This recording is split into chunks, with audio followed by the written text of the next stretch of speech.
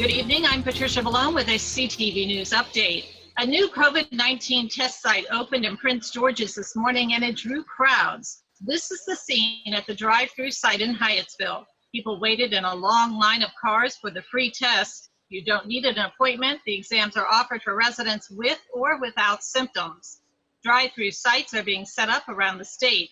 The Clinton Vehicle Emission Station will open as a test site next week. Meantime, the COVID death toll in Prince George's stands at 455. Montgomery County has the highest number in the state at 502.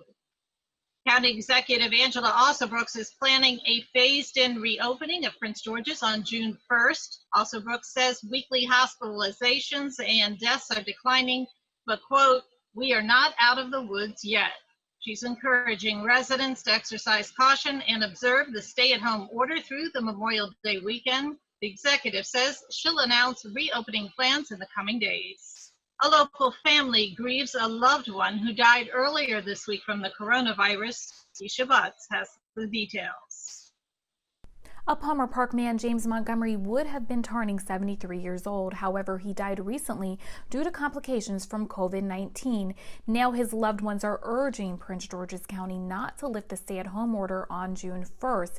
I spoke with Montgomery's niece, Rochelle Thompson, about her uncle. He was a very strong individual, very loving, very caring, and I just want to keep that into the forefront as we go on and, we celebrate his memory. If people aren't going to abide by some of the regulations that have been set, I think we should stay home for another couple of weeks or a month just to support the data to make sure that we're really flattening the curve. Montgomery was 72 years old. This is Keisha Butts with CTV News.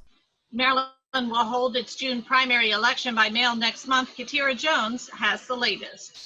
The June 2nd primary is less than 2 weeks away. Officials say when filling out your vote by mail ballot, only use a black pen. Once your ballot is complete, voters can mail or submit the form to any of the county's ballot drop-off locations. Remember, residents must sign and date the ballot before turning it in. Once they complete their ballot, there is a postage-paid envelope inside their ballot packet. Once they complete their ballot, they should insert their ballot in that postage-paid envelope and sign the back of it. That's where the oath is. Sign and date that. That is very important because if that oath is not signed on the ballot envelope, unfortunately, the Board of Elections will not be able to count that ballot. For more information, visit elections.mypgc.us. This is Katira Jones with CTV News. Memorial Day weekend marks the unofficial start of the summer season, but this year is going to be very different because of the pandemic. Byron Scott has more.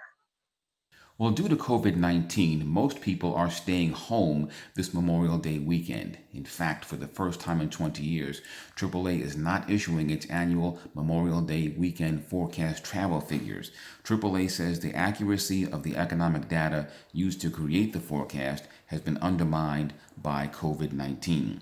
And with much of society on lockdown and events scaled back, Monday will be a different Memorial Day. The first Memorial Day was in 1868, and it was to honor both Union and Confederate soldiers who died in the Civil War.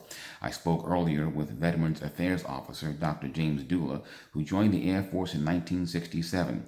He says while many events will not be happening this year, it's important to remember all who died.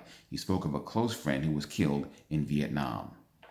I remember Teddy Patterson, who I grew up with. First person I tackled in football. And he was about 6 years older than me. And I remember him going off, drafted for the Army. And I remember when we got the news that he had been killed in Vietnam, and that's never left my memory. And so I always think of him on Memorial Day. State police issue a holiday warning to motorists. Drive safely and follow the rules of the road. There's a good chance that you could be pulled over if you don't. Troopers throughout Maryland will be out in force over the weekend. Meantime, if you notice motorists driving dangerously, you're asked to call state police at pound 77. She overcame gender stereotypes to become NASA's first chief of astronomy, literally getting space-based missions off the ground. Today, the late Dr. Nancy Grace Roman is widely known as the mother of the Hubble Space Telescope. I had the honor of interviewing her 4 years ago when she was nearly 91 years old. So I got together a group of astronomers from all over the country with a variety of interests and some NASA engineers and let them sit down together and work out something that the astronomers thought would do what they wanted and the engineers thought was feasible. So that was really the beginning of the Hubble. On Wednesday, NASA announced that it would name the next generation Space Telescope WFIRST in honor of the late astronomer. The newly named Roman Space Telescope is set to launch in the mid-2020s. And by the way, Dr. Roman is one of 4 notable NASA women to be featured in the collectible Lego set. The public is invited to join the City of Laurel virtually as it holds its 47th annual Memorial Day service. That's this coming Sunday at the historic Ivy Hill Cemetery. You can watch live on the city's Facebook page. The program begins at 9:30 with the placement of wreaths.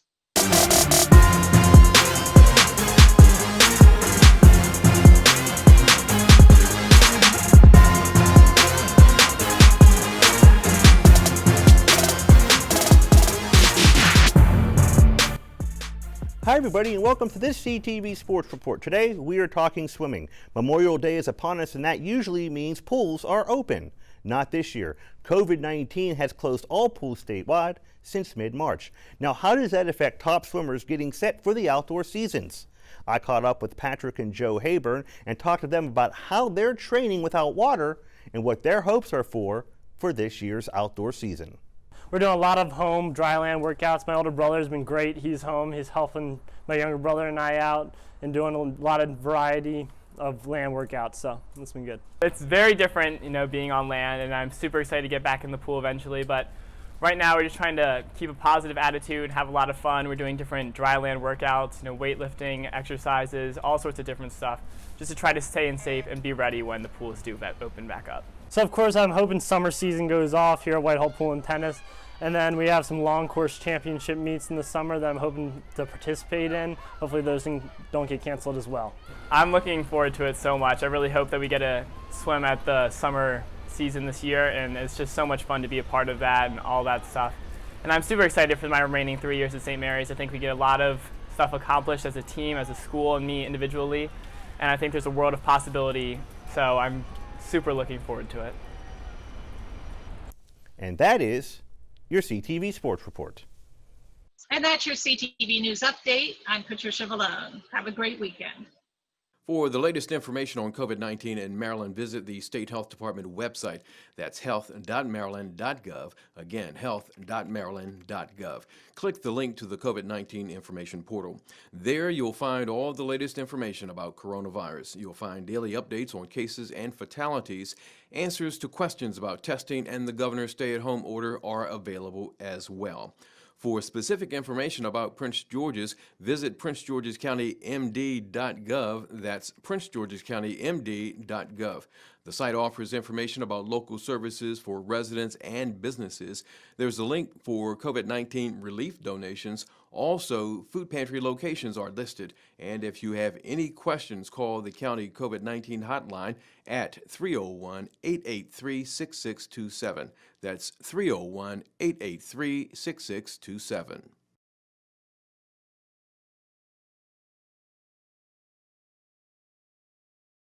Here are AARP top tips on caregiver preparedness during coronavirus. Form a team that can help with caregiving tasks. Take an inventory of essential supplies in your loved one's home. Make a list of the care recipient's medications. Schedule regular calls to fight isolation. Finally, take care of yourself too.